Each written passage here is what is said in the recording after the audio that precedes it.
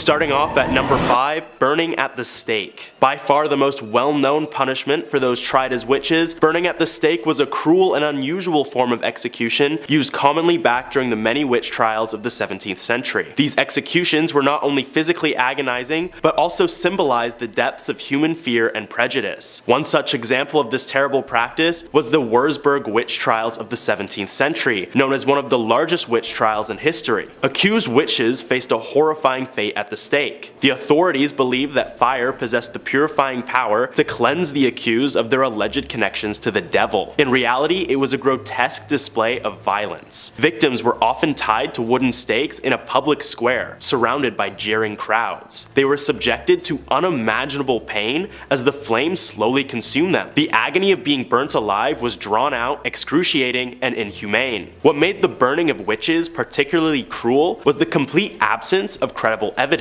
The trials were fueled by paranoia, superstition, and hysteria. Accusations were often based on flimsy hearsay, personal grudges, or even just random suspicions. The accused had little chance to defend themselves, and confessions were often extracted through rigorous mental and physical torment. These false confessions only added to the tragedy, as innocent people were forced to implicate themselves and others in a desperate attempt to end their suffering. Furthermore, the persecution of witches during the Würzburg witch trials, like many other witch hunts, was often intertwined with gender bias. Women, especially those who didn't conform to societal norms, were disproportionately targeted. Accusations of witchcraft could be used to control and punish women who challenged the status quo or were perceived as a threat to male authority. The cruelty of burning witches at the stake was not limited to the physical torment. It was a gruesome spectacle intended to terrify the populace into submission. Public executions were meant to send a message that dissent would not be tolerated and that conformity to prevailing religious and social norms was imperative. The psychological impact on society was profound, as fear and mistrust tore communities apart. The Würzburg witch trials, like many others, were eventually recognized as a dark chapter in history. They serve as a stark reminder of the dangers of mass hysteria, religious fanaticism, and the absence of due process. Today, we look back on these events with horror and regret, vowing never to repeat the cruelty of burning alleged witches at the stake. It is a somber lesson that underscores the importance of justice, reason, and compassion in our pursuit of a more enlightened society. Next up at number 4, witch cakes. Witch cakes are a bizarre and unsettling aspect of the witch trials that swept through colonial America during the 17th century, as exemplified in the infamous case of Tituba. These cakes, concocted from peculiar ingredients, were believed to possess the power to reveal the presence of witches. While they may seem like a bizarre footnote in history, witch cakes serve as a chilling reminder of the hysteria and irrationality that fueled the witch trials. In the case of Tituba, a slave woman living in Salem, Massachusetts, witch cakes played a central role in her ordeal. Tituba was accused of practicing witchcraft, and her accuser sought a means to expose her supposed demonic affiliations. They decided to bake a witch cake, a crude mixture of rye meal and the urine of the afflicted girls who claimed to be victims of witchcraft. Ew. The logic behind these cakes was deeply flawed and rooted in superstition. It was believed that by feeding the cake to a dog, the dog would act as a conduit, causing the witch to experience pain and reveal their true nature. This bizarre form of witch detection demonstrates the length of which fear and paranoia can drive people to concoct irrational and cruel methods of persecution. Tituba was subjected to this ordeal, and when the dog exhibited unusual behavior, because it was eating urine, it was seen as evidence of her guilt. This marked the beginning of her traumatic journey through the Salem witch trials, which ultimately led to her confession under duress. The use of witch cakes underscores the hysteria and desperation that characterized the witch trials. Accusers and authorities were willing to resort to absurd and unscientific methods to justify their persecution of those they believed to be witches. These methods were not only illogical, but also cruel, as they subjected the accused to public humiliation, physical examinations, and often torment. In third place, we have a ducking chair, not to be confused with a cucking chair, which is a whole other concept, or the red hot stools women accused of having sexual acts with the devil would have to sit on. I sadly don't have enough information to unpack that stool, other than ouch. But let's get on with the ducking, shall we? The ducking stool was a strongly made wooden armchair, often made out of oak, in which the offender was seated, with an iron band being placed around them so that they would not fall out during their immersion. How thorough. The earliest record of the use of such is towards the beginning of the 17th century, with the term first being attested in English in 1597. It was used both in Europe and in the English colonies of North America. Usually the chair was fastened to a long wooden beam fixed as like a seesaw on the edge of a pond or river. And as much as I love and miss wooden playgrounds, I feel like this might not have been as fun. Sometimes the ducking stool was not a fixture, but was mounted on a pair of wooden wheels so that it could be wheeled through the streets, and at the river edge was hung by a chain from the end of a beam. In sentencing a woman, the magistrates ordered the number of duckings she should have, and as much as I've scoured the internet, I can't seem to find number data on this. If you have any ideas, please let me know in the comments. Another type of ducking stool was called a tumbrel, and was a chair on two wheels with two long shafts fixed to the axles.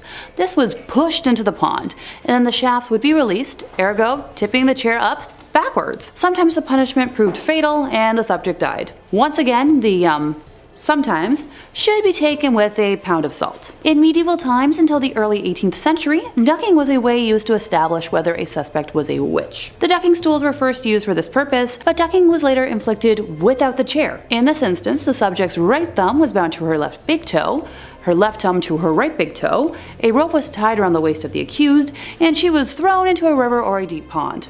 If she floated, it was deemed that she was in league with the devil, rejecting the baptismal water. If she sank, she was cleared. Oh, and she'd be dead. Can't forget that part. Silly me. In second place, we have witch mark hunting and pricking. Witch hunters often had their suspects stripped and publicly examined for signs of an unsightly blemish that witches were said to receive upon making their pact with Satan. This devil's mark could supposedly change shape and color and was believed to be numb and insensitive to pain. Prosecutors might also search for the witch's teat, which was an extra nipple allegedly used to suckle the witch's helper animals. In both cases, it was really easy for even the most minor physical imperfections to be labeled as the work of the devil himself. Oh my, the horror. Moles, scars, birthmarks, sores, and tattoos could all qualify, so examiners rarely came up empty-handed. I'm trying to think of just how many birthmarks I have all over my body, so just add that to the tally of how I'm, a witch. Seriously, I feel the burning from the flames already. In the midst of witch hunts, desperate villagers would sometimes even burn or cut off any offending marks on their bodies, only to have their wounds labeled as proof of a covenant with the devil. So, damned if you do, damned if you don't. If I'm adding like scars to my blemish count, yeah, forget it. Okay, I think the temperature in here just went up another couple of degrees. Seriously.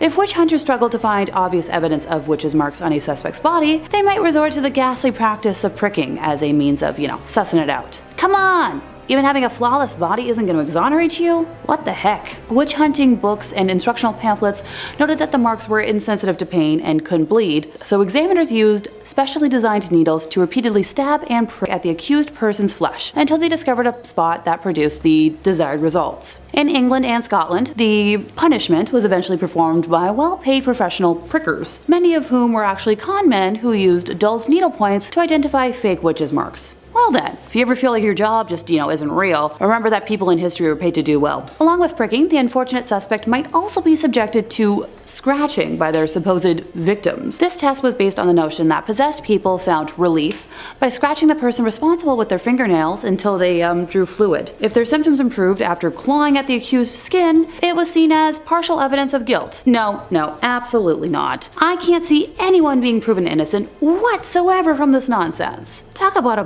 biased court. In first place, we have dismemberment and mutilation. This is where my own stomach gets all topsy-turvy, so fair warning, I can handle creepy stuff, no problem. But gore? There is a reason I haven't been able to bring myself to watch the Terrifier movies. So when witch hunters wanted to get answers back in the day, if I haven't made it clear enough by now, they didn't really care about being humane or, coercion, just being right. They would do whatever they deemed necessary to get a confession, leading many witches to confess just to make the pain stop and end their lives, well, humanely. Say goodbye to your fingernails, because that was practically just a footnote in what they were allowed to do. Walpurga Hosmanen of Bavaria was led through multiple different stages of mutilation while being paraded to her execution. At the first stop, her left breast and right arm were branded with irons, then her right breast at the second stop, her left arm at the third, with her left hand being then branded at the fourth stop. Once they reached the place of execution, her right hand, with which she had made her oath as a midwife, was cut off before she was finally burned alive at the stake. Oh, her ashes were not allowed to remain on soil. but they were just, dumped in a stream. Probably the most extreme extent of this was a punishment normally reserved for killers, but exceptions were made for witches who confessed without torture to crimes deemed brutal enough for it. Are y'all ready for this? The offender would be strapped to 4 horses,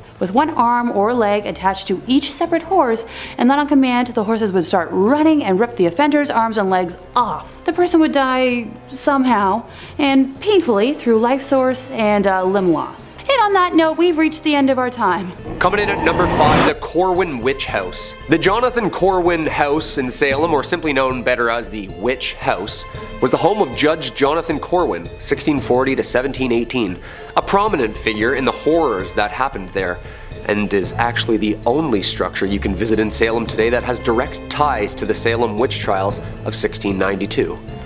Well, that might not be the case because we got a couple of those coming up. Trust me, this place is riddled with ties to those witches. Corwin bought the house in 1675 and lived there for more than 40 years. The Witch House is a 350-year-old thick building with black painted timber, 2.5 stories tall, built to last, massive and looming. Located at 310 Essex Street in the historic district of Salem, the house stands in testimony to the witch trials, and it's believed that the Witch House was used by Jonathan Corwin and others to actually interrogate those accused of witchcraft. The Witch House remained with the Corwins, of course, until the mid-1800s, yet there wasn't many family around to liven it up. The Corwin curse seems like a weird one since all the Corwin's kids, 5 children, all perished young from separate complications within the house. And this is where it gets really weird. Not only is the place haunted to hell and back with specters seen in the attic upstairs and loud voices, arguments heard in the empty house at night, 8 Corwin lives were lost to premature death in that house. All Corwins. Yeah, I'd say that makes for a pretty cursed home, alright? A family curse. Number 4, Proctor's Ledge. There are over 1,000 documents from Salem witch trials, yet none of the accounts actually specify where the hangings took place. For many years, it was believed that the 19 people who were executed in Salem were hanged at the summit of Gallows Hill, on the edge of town to the west, where the town would meet for large gatherings. Seems like after some homework, the hill alone would be too hard to climb, not an ideal spot to hear or see the live trials, and was too thick and heavily wooded. Maps of 1700 Salem show Gallows Hill marked on the map, but no actual marker for the execution site. I feel like a detective all of a sudden. A team of researchers began to reconsider all of the evidence around 2010, eras of homework collected over the years, and eventually concluded that the real execution spot was Proctor's Ledge. Boom, baby! This was confirmed in 2016. Part of the evidence included 1692 eyewitnesses' accounts who wrote in journals that they were able to see the hangings from their homes to actually remains being dug up and found now. Now I know what you're thinking, it's named after John Proctor. No, it's not.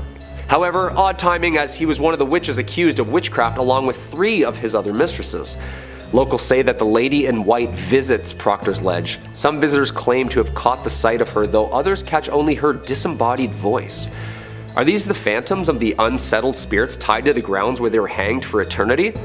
Who knows? Number 3, dunking. Dunking was a cruel and unusual punishment employed during the witch trials that swept through Europe and its colonies in the 16th and 17th centuries, including Northamptonshire, England. This brutal practice, also known as ducking or swimming, was intended to determine an individual's guilt or innocence of witchcraft, but it often resulted in severe physical and psychological suffering. In Northamptonshire and other regions, dunking involved binding the accused witch, often a woman, and lowering her into a body of water, typically a river or pond. The rationale behind this test was rooted in superstition and flawed logic. It was believed that because witches had renounced their baptism, the pure element of water would reject them, causing them to float. If the accused floated, they were seen as guilty of witchcraft. If they sank, they were deemed innocent, but often drowned in the process. Being forcibly dunked into cold water while bound was a terrifying and painful experience. The accused would struggle for air and face the risk of drowning, all while the onlookers watched in morbid anticipation. Dunking was an arbitrary and irrational method of determining guilt. The outcome depended on various factors, such as the accused body's composition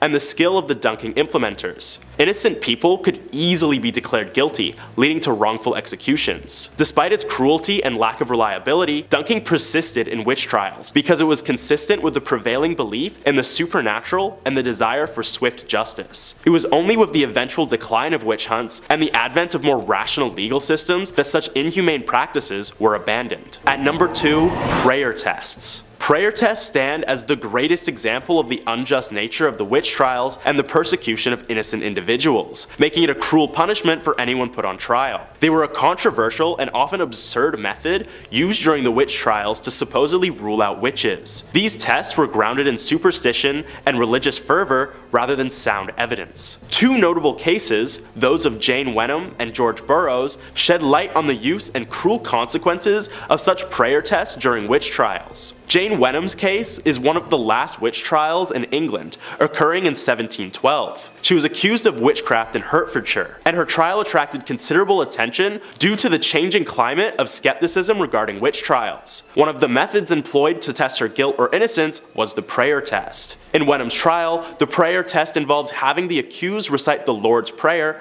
without error, usually out of the Bible or other holy texts. It was believed that a witch would be unable to utter the prayer correctly due to their alleged unholy nature. However, this test was deeply flawed and arbitrary, as it ignored the fact that many accused witches were uneducated and might struggle with reading the Lord's Prayer, especially in the intense and stressful environment of a trial. She also underwent dunking in order to test her witchy nature. Fortunately, Jane Wenham was found not guilty, thanks to the rising skepticism surrounding witchcraft. Even when accused of flying, the judge would retort, "Is flying a crime?" Which it isn't. Her case is often cited as a turning point in England's witch trials, as it exposed the irrationality and injustice of such proceedings. But in the case of George Burroughs in 1692, he wasn't so lucky. George Burroughs was one of the individuals accused and executed during the Salem witch trials in colonial Massachusetts. His case highlights how the prayer test was used in the American context. In Burroughs' trial, the authorities used the Lord's Prayer as a test of his innocence. They believed that if he couldn't recite it correctly, he must be a witch. Burroughs, to the astonishment of many, recited the prayer flawlessly, challenging the validity of the test. However, the court, fueled by hysteria and prejudice, dismissed this as a trick of the devil. So much for testing him, right? George Burroughs was ultimately convicted and hanged, illustrating how even when an accused individual passed the prayer test, it did not guarantee their acquittal or protection from the witch hunt's irrationality. So yeah, if you were wanted dead back then, you would be made dead. And at number 1, crushing. In the annals of history, the Salem witch trials of 1692 stand as a stark testament to humanity's capacity for cruelty, particularly in the realm of legal punishment. Amid the hysteria that gripped colonial Massachusetts, a plethora of cruel and unusual methods were employed to elicit confessions from the accused witches. Among these harrowing practices, the use of pressing or crushing remains one of the most chilling. The process of pressing was as brutal as it was inhumane. The accused individual would be stripped of all dignity and laid down in a dark, dank cell. Heavy stones or wooden boards, laden with an unimaginable weight, would then be stacked upon their chest. The agony that followed was beyond words. As the relentless pressure bore down, every grasp for breath became a desperate struggle. The rationale behind this method was chillingly simplistic. Those who confessed to their alleged dealings with the devil could halt the pressing, while those who resisted would face an excruciating demise. The authorities, consumed by fear and paranoia, believed that witches, having supposedly consorted with Satan, possessed a supernatural resilience that rendered them impervious to such torment. The cruelty of pressing was evident not only in its physical brutality, but also in its stark absence of due process. Accused witches had no chance to defend themselves, no legal representation, and no recourse to justice. Their fates rested in the hands of accusers and a court swayed by mass hysteria and irrational beliefs. Perhaps the most infamous case of pressing during the Salem witch trials was that of Giles Corey. A resilient and principled man, Corey refused to enter a plea, knowing that doing so would lead to the forfeiture of his property. His stoic resistance, in the face of a slow and agonizing death, made him a symbol of defiance against the unjust trials. Kicking off our list today, we have Guide Spademanger, one of the first women executed for sorcery in Denmark and in Scandinavia. In 1543, King Christian III of Denmark equipped a fleet of 40 ships to chase away an imperial Dutch fleet from the coast of Norway to the Netherlands. Outside of Helsinki, his fleet was stuck in a calm and the whole project failed. Soon, a merchant's wife named Guide Spademanger was arrested and tortured, believed to have gathered a group of witches in a valley outside the city and enchanted the ships. She eventually admitted to conducting a spell with a coven on a hill above Elsinore and named several more people that were involved, male and female, including vicars, which led to the expansion of the witch trial. Her trial was handled by the royal governor Scold. She also said that the enchantments would never disappear unless Guide herself was allowed to remove them personally. The people that she named were arrested and tortured to an extent quoted as so hard their limbs were separated, but none other than Guide confessed. In November of 1543, the king demanded for the rightful old principal of witches to be burned, but she sadly suffered through further interrogations first before meeting the end of her time. In fourth place, we have Agnes Samson. Starting off this tale, when King James decided to marry Anne, Princess of Denmark, as quickly as he possibly could, this wedding was arranged in Denmark with a proxy standing in for him since he was, located in Scotland. Anne's attempts to join her new husband across the ocean were severely delayed by dangerous and life-threatening storms, so he eventually decided to join her instead. After another wedding ceremony, which the king actually attended, the couple decided to head home to Scotland, with yet another storm plaguing their journey. Witchcraft trials had already begun in Denmark. Remember Guide? I mentioned a minute ago? And the king had taken note. So when it was reported to him that witches East Lothian conspired to cause the treacherous weather that threatened not just his life, but that of his way too young bride, he believed what he was told. Agnes Samson was an elderly woman who was known locally as a healer and a midwife, having cared for and successfully cured many neighbors of ailments throughout her life. She was a widow with several children, living close to poverty in East Lothian. She had been suspected and investigated for witchcraft before, so there was no surprise locally that her name was given. After she was named, Agnes was quickly captured and protested her innocence. The News from Scotland, which was an English-written pamphlet that would have been written in London around 1591, says that Agnes was shaved from head to toe and each part of her body tortured for hours, intentionally to cause intense pain. The devil's mark was found, and she confessed, saying that she and hundreds of other witches attended North Berwick Kirk on Halloween night to meet with the devil to end the life of the king. She claimed the devil appeared to her as a black man, a dog, or a hayrick. Agnes also mentioned various attempts to obtain the king's shirt or other personal linens in order to work her charms. She had attended a witches' convent at North Berwick with her son-in-law, where they collected bones and powdered them for said charms. To prove her magical powers, she told the king the exact words that had passed between him and his new wife on their wedding night. Agnes's trial was presided over by a judge, with a jury of 17 men from East Lothian, many of whom would have known Agnes personally. After hearing the evidence, they found her guilty of 49 out of the 51 charges. In January of 1591, she was taken to Edinburgh Castle and met her end by way of a rope necklace, with her body then being burned at the stake. The naked ghost of a bald Agnes is said to roam the palace of Holyrood House, the official Scottish residence of the British monarchy. Let me know in the comments if you've ever been or if you've seen Agnes yourself. Number 3. Charter Street Burial Grounds. The Charter Street Burial Grounds started in 1637, also known as Old Burying Point or the Charter Street Cemetery, is the oldest cemetery in Salem. Many early and famous Salem residents are buried here, such as John Hawthorne, a judge in the Salem witch trials of 1692. Hawthorne, whose father had been a Salem magistrate, was born in 1641 and had 6 children. Hawthorne experienced several deaths in his family, including those of all his 3 brothers. Hawthorne died in 1717 at the age of 76, never apologizing for the role in the Salem witch trials. His headstone is surrounded by granite rectangles to help preserve what is left of the original stone. Being one of the oldest cemeteries and the sickening things that happen there, ghosts and spirits are often seen around the gravesite. There have been many strange occurrences here. Witch stuff aside, about 400 years of ghostly encounters have happened at the Old Burying Point Cemetery. Over the years, people have successfully captured EVP of voices from beyond the grave at the site. If you can hear me, say something. Stop yelling. Oh, sorry. Photographs of mysterious shadows, orbs, white mist, and even full apparitions are seen here. One of these apparitions is believed to be Mary Bright Corey, who died 1684. She was the second wife of Giles Corey, who later became an unfortunate victim of the witch trials himself. Another ghost seen is the powdered blue dress lady, whilst holding a picnic basket in one hand and sometimes accompanied by a young boy. Normally, once the cameras come out, the lady in white transitions into numerous bright orbs or vanishes altogether. Maybe the ghost woman is the same Mary Corey forever watching over Judge Hawthorne's grave. Number 2. Gallows Hill. Okay, so we were just talking about what happened to some of the accused during these hysterical trials and all the historical places that saw such violence. One of the most interesting witches tried of that was Giles Corey. Tried as a witch but never hanged. Actually, the old man known as Giles Corey was pressed to death with the judge's orders of him being a strong and stubborn old man and would not for the life of him indulge in the nonsense he was being accused for. He never admitted that he was a witch. Even throughout his torture, they laid him down and put a board on his back and proceeded to stone him to death, piling up stones on the board, resulting in crushing and eventually perishing underneath it. Only took about 4 days. Giles Corey apparently repeatedly yelled more weight, further cementing his plea of not guilty to everyone watching at Gallows Hill. With his last breath, Giles apparently cursed the town of Salem, and this area is now an unearthly hotspot for paranormal activity. The Gallows Hill that most people are aware of is nothing but a baseball diamond, but underneath that baseball diamond, bone fragments and coffins have been found. Interesting, because no witches were ever buried in coffins. Maybe vampires? Giles died from his inflicted torture on September 19th, 1692, just after the 8th anniversary of his wife Mary's passing.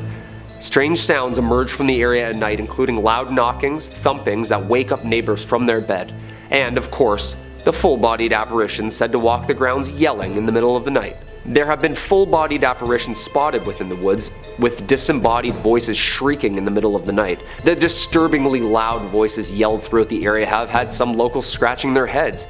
Is this the ghost of Giles himself, speaking his curse upon the town for all to hear? Shh! Trying to sleep! And coming in at number 1, House of Seven Gables. Locals say the Turner Ingersoll Mansion, or also known as famously the House of Seven Gables, is the most haunted spot in Salem. How many haunted spots are there? Ghosts are just like really competitive. Now a prominent museum, protected in its original form, used for plays and reenactments by the locals, the original structure was simple in nature, with only 2.5 rooms and just under 3 stories tall. By the time of John Turner's death, the prominent merchant, sea captain, and owner of the house, he was one of the most wealthy men in the entirety of Massachusetts. Turner and Ingersoll's House of the Seven Gables is a ghostly reminder of the tormented souls both trying and being tried at the time of the hangings. But the Turner Ingersoll is a reminder for more than just lost shipping fortunes and curses, as it's also a homely reminder of Judge Hawthorne himself and the guilt he inflicted on that town. As records show, Hawthorne may have feigned sympathy for the accused witches, but he never regretted his involvement in their trials or executions. And he certainly never expressed any remorse during the trials themselves for sending the accused to their death. Following the witch hysteria of the late 1600s, the Hawthorne family lost most of their wealth, no doubt influenced by the families of the accused witches who sought out justice for their dead loved ones. Acting now is only a museum of historic place. Each year, the museum hosts a series of theatrical plays, all of which surrounding the Salem witch trials. Such plays titled as Legacy of the Hanging, Judge Hawthorne, and Spirits of the Gables. But some of the actors aren't, well, very alive. As for the ghosts outside of the theatrical performances, well, everybody's got their own opinions on that. But tour guides and employees tend to avoid the attic, where some people have complained about being choked by ghostly figures. Attack! Local lore has many different stories to tell, and so do many of the visitors who enter Salem's most haunted house.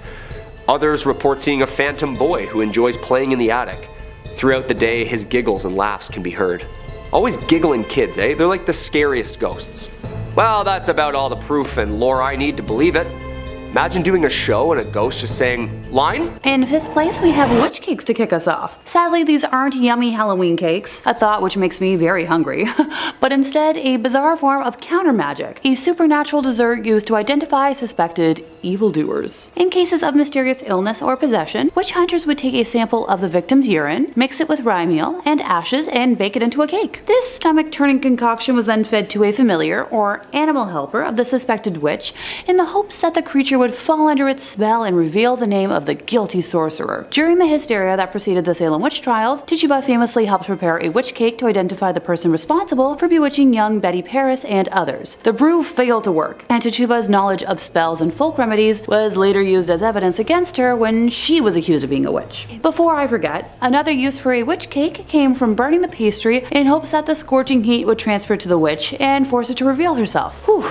Anybody else starting to get warm? Oh great, just me. In 4th place, we have a Scold's bridal, also known as a witch's bridle, a gossip's bridle, a brink's bridle, or simply brinks. This was an instrument of punishment as a form of public humiliation. This thing was an iron muzzle in an iron framework that enclosed the head. Some exceptions were masks that depicted suffering, but not pleasant either way. My brain just jumped to a similar modern device used for pleasure instead of pain, and no, I will not elaborate on that thought, but let's clarify. A bridle bit, or curb plate, around 5 centimeters by 2.5 centimeters in size, was slid into the mouth and pressed down on top of the tongue, often with a spike on the tongue as a compress. It functioned to silence the wearer from speaking entirely, and caused extreme pain and physiological trauma to scare and intimidate the wearer into submission. This prevented speaking and resulted in many unpleasant side effects for the wearer, including excessive salivation and fatigue in the mouth. Seeing as I've always been a chatty Cathy, I can totally see how I would have been sentenced to this, and my jaw hurts just thinking about it. The wearer was then led around the town by a leash, and for extra humiliation, a bell could also be attached to,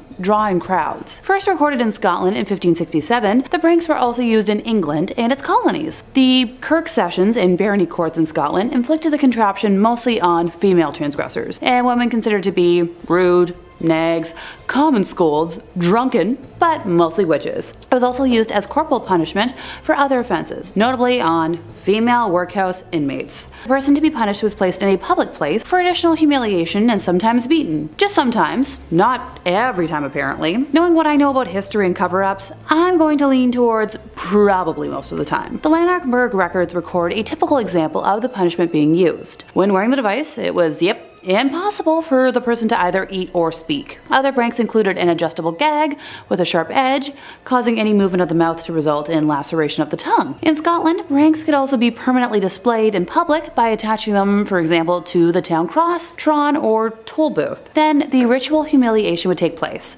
with the miscreant on public display. Displaying the pranks in public was intended to remind the populace of the consequences of any rash action or slander. Whether the person was paraded or simply taken to the point of punishment, the process of humiliation and expected repentance was the same. Time spent in the bridle was normally allocated by the Kirk session in Scotland or by a local magistrate. Number 3 on this list is called the touch test. Witches were said to have the ability to control other people. Basically, they could cast a spell on you and you're now either under their control or in a lot of pain. If these witches were to touch the person who's believed to be under their curse or spell though, then that individual would have some type of response. Let's say someone who's controlled by these witches starts acting strange or frantic. Then a simple touch by the witch would calm them completely. I'm not really sure if this theory on witches and touching their victims has been founded by anything or is true to this day, but back then they definitely believed that this was the case. The problem with this test though was that there was a lot of wannabe actors back then.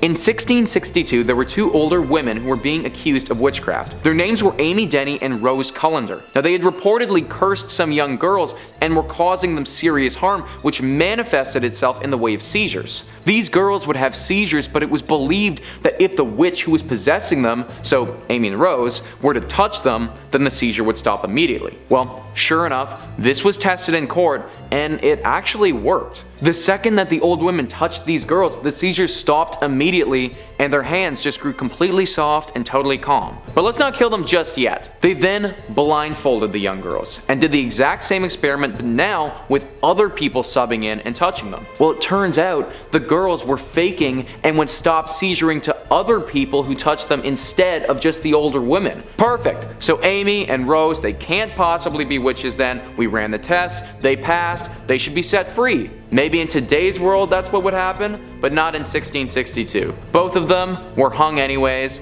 and the young girls got off scot-free. Number 2 on this list is called pricking. This was a horrible test that was basically just a glorified means of torture. Now, I'm sure that most of you know what a witch mark is, but if you don't, then it's basically a mark from the devil that indicates you have a pact with Satan, and witches have these on their bodies. However, if there's an accused witch that doesn't have a witch mark, that doesn't mean that they're off the hook. It's possible that they still have a witch mark. It's just hard to see, or it can't be seen to the naked eye. Well, if this was the case, then you need a professional pricker, right? A professional pricker is someone who works solely on discovering witches' marks. That's right, guys, this was so common that they actually had a career path that came out of it. It was believed that a witch's mark didn't feel any pain and in turn wouldn't show any signs of weaknesses. Therefore, if you pricked them with a sharp point, then the person wouldn't be in any pain and no blood would come from this prick. So professional prickers would have their accused witches and they would just take their chosen sharp object and just stab them until you had a spot that didn't bleed. And then, because you didn't bleed, they would kill you for being a witch anyways. It also didn't stop at just pricking, but it even went to scratching as well. The victim of an apparent witch would be allowed to come and scratch that witch until they drew blood. This was supposed to cause the victim some relief from their symptoms, and if it did, then that would be enough to make the accused person guilty of witchcraft and they would be executed. Yeah, you really did not want to get stuck with the pricking test. Number 1 on this list is the swimming test. Now this is one that I'm sure most of you have already heard about, but it has to be on this list based on just simply how ridiculous it was. Now even though in hindsight this test was nuts, I do kind of understand the logic of how they got there in the first place. It was believed back then that witches had rebuffed the sacrament of Christ, meaning that baptism was definitely a no-go for a witch. Because water is tied heavily to baptism, the logic followed that if you were a witch and you were thrown into the water, then the water would reject your body from entering and therefore you would float to the top of it. To test this theory, they would take their suspected witches, strip them down naked, hog tie their limbs, and then throw you into the water, and if you floated, then you're a witch, but if you sank, you're just a person. Again guys, this kind of makes sense, except for the people who weren't actually witches and sank to the bottom. Now I should note that they would sometimes tie a rope around your body, and if you sank, they would pull you back up to the top. But this only happened sometimes. Other times they would just throw you in, and if you sank and drowned, then oh well, I mean, you drowned now and at least you weren't a witch. Also, this tying of the rope wasn't a perfect science either. A lot of times people who sank would drown anyways as they were being pulled up. Basically, just the accusation of being a witch meant that you would be sentenced to death, because if you did somehow manage to float, then now you're a witch and you're going to be burned or hung, and if you did sink, as most people did, then you'd probably just drown. Sometimes, even if you did sink and you did then get pulled back up to the top and survived, they would just kill you anyways. Back then, if more than one person accused you of being a witch, then you were pretty much as good as dead. Number 5 on this list is the prayer test. This test basically acts as the single most important audition of your life. It was thought that witches were unable to recite the word of God and that reading or speaking the Bible would cause their immediate demise. Therefore, they would have accused witches come to the front of the court or gathering and recite verses from the Bible. Now this test makes a decent amount of sense if you think about it, although we can't forget what era we were in when this took place. Not everyone was literate at this time. In fact, a lot of them weren't. I can also imagine the immense pressure that you would feel to perform that verse to perfection. Speaking as somebody who's been through their fair share of auditions in life, I can tell you that auditions are nerve-wracking to begin with, but add on the fact that your life is on the line, that really raises the stakes, I think. And it wasn't enough to have you simply not go up in flames as you were reading it. A simple slip up, a mispronunciation, a little pause. All of these things were evidence that the accused was a witch and was struggling to get through the verse. The crazy thing about this as well is that even if you did recite this verse flawlessly without fail, you might still be put to death anyways. George Burroughs had to perform this test during the Salem trials, and even after he absolutely nailed it, they still killed him. The people were so convinced that he was a witch who needed to die that they chalked up his performance as being a devilish trick and killed him regardless. Number 4 on this list is witch cakes. Witch cakes are pretty unique in how they were administered because your fate wasn't decided by a person or the cake itself. It was actually by a dog. Now, I feel for these pups because they had to eat these concoctions and they aren't palatable at all. What people would do is take a sample of the victim's urine, so the person presumably being affected by the witch, take a sample of their urine, and then they take some rye meal and a sprinkle of ashes, and that's it. Take those 3 things, mix them together, toss them in the oven, and then bake it up. Now, I don't really know where they got the idea that urine and ashes would tell us anything about these witches, but that's the conclusion that they got. They then take the dog, and it was thought that dogs were not only man's best friend, but actually witches' best friends as well. That dogs back in the day had some sort of tie to witches, and that they were supporters of witches. So you take this witch cake, you feed it to the dog, and now you just observe that dog's behavior, and the accused witch has to just cross their fingers that this dog doesn't start acting weirdly, biting, barking at nothing, just generally acting strangely. It was thought that if the dog did this or exhibited any of the same symptoms that the victim was experiencing, then witchcraft was assuredly at foot, and then we can start pointing fingers. I gotta say though that I seriously feel for the dog in this instance, because I mean the poor guy did literally nothing at all, and now he's gotta eat this urine cake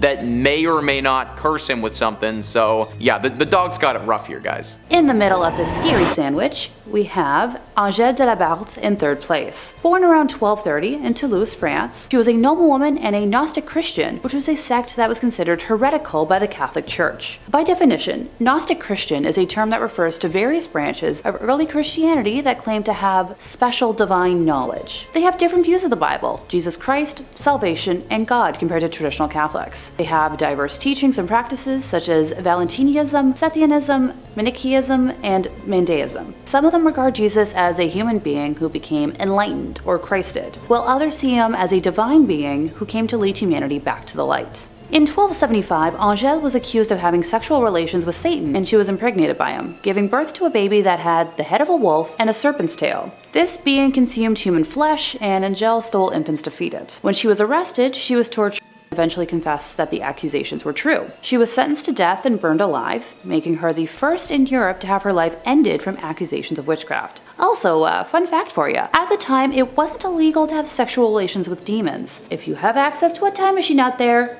don't get any ideas. In second place, Walpurga Hosmanen was a midwife, born sometime between 1510 to 1527, where she lived and worked in Bavaria. Her trial was one of the most ruthless witch trials in Germany. Walpurga's life had been unremarkable until her arrest on charges of witchcraft, sorcery, and vampirism in the year 1587. After her arrest, she was subjected to terrible torture.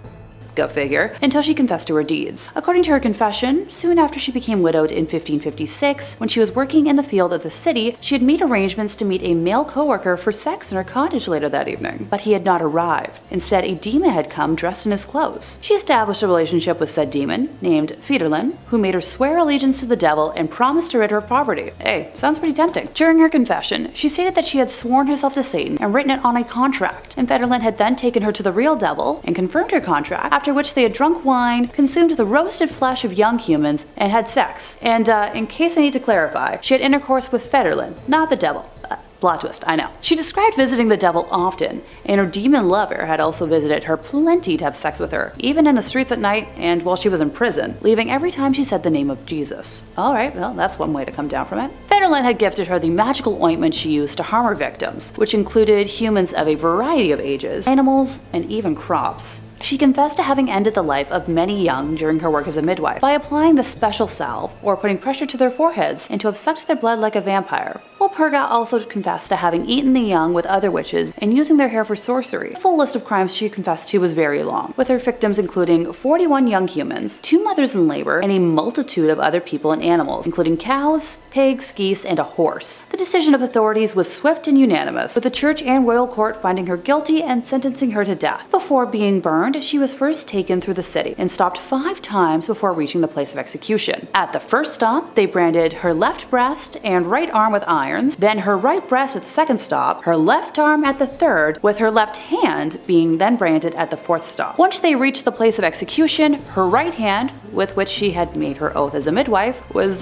cut off before finally being burned alive at the stake. Her ashes were not allowed to remain on soil, but were then dumped in a stream. In first place, we have Gilles Garnier. I swear I don't intentionally plan to name male witches as the worst on my list, but they tend to commit the most heinous acts throughout history. And before anyone wants to try to correct me in the comments again, men have often been named as witches throughout time. Continuing on, Gilles Garnier was a reclusive loner living in the woods around Dole, France. Despite being a solitary man, he got married in 1572. Historians have reported that Gilles was ill-equipped to provide for his family because he wasn't a very good hunter, being used to only having to provide for himself until that point. That's when he started hunting something else. Hey, anyone out there want to guess? Come on, I bet you can. Alright, I'll give it to you. Human flesh. The first hunt happened around September 29th of 1572 when Garnier killed a young woman, allegedly in the form of a wolf, and brought some of the flesh home for his wife to eat. How, thoughtful? Throughout the autumn, more young humans were found unalived and mutilated, including another young woman that Giles bit and clawed at, but was interrupted by passerbys before fleeing. The girl sadly succumbed to her injuries a few days later. In November, Gilles ended the life of a young man this time, enjoying the flesh from his thighs and belly before tearing off a leg to save for later. I could name more, but I'm feeling a little queasy as it is. This caused a stir amongst the townspeople, who believed it was a werewolf who was committing the horrors. Many folks had witnessed a humanoid-looking wolf near the scenes of the crimes, with the animal darting off once it was aware of being seen. Then in January of 1573, there was one last death. This time, villagers heard a child screaming and the sounds of a wolf, witnessing the wolf attempt to flee the scene, but changing into the form of Gilles as it did. He was then arrested, put on the rack, and confessed to killing the young and consuming their flesh. At his trial, more than 50 people testified, and he was found guilty of lycanthropy, the ability to turn into an animal, and witchcraft. He and his wife were burned at the stake on January 8, 1573.